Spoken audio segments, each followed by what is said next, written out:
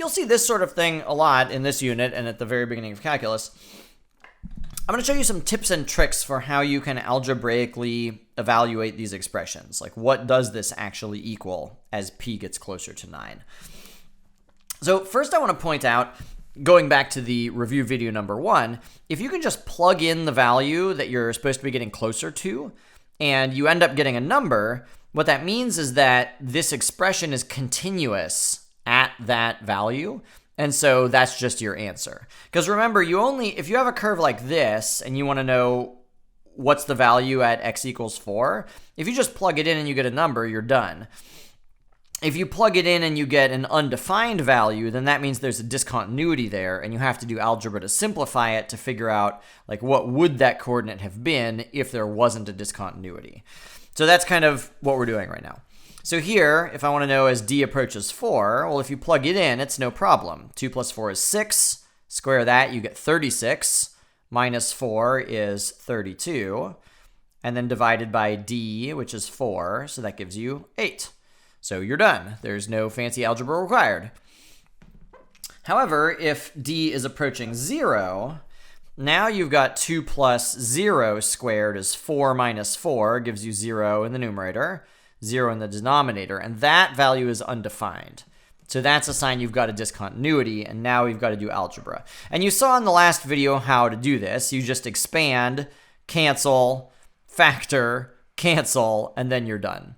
What about something like this? Here, there's seemingly nothing to expand. So one thing you could do is what's called rationalizing. You've probably seen rationalizing the denominator, but here I want to rationalize the numerator. So what that means is I'm going to multiply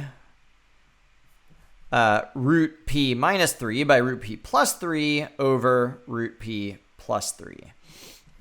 So because something divided by itself is 1, so multiplying by 1 isn't changing the overall value of this expression. But look at what happens when we expand. Let's just multiply out the top. Let's keep the denominator the way that it is. So here I've got root p times itself is p. Here I'm adding 3 root p's, and then I'm subtracting 3 root p's. So those add to be 0. And then I'm subtracting 9. So now I've got p minus 9 in the numerator. That should make us feel really great because we've got a p minus 9 in the denominator already. Root p plus 3 is down there also. And so now you've got this dividing that. So you're left with just 1. This is all still limit p approaches 9. So the original expression is the same as limit p approaches 9 of 1 over root p plus 3.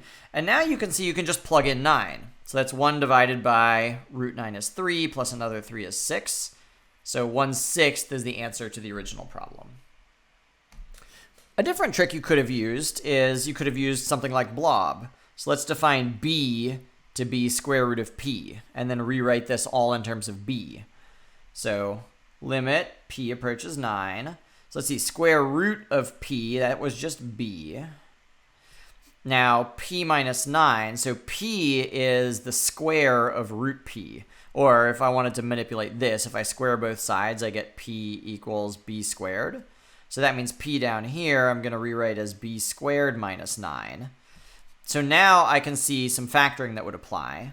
So b minus 3 in the numerator, and then in the denominator it factors as b plus 3 and b minus 3.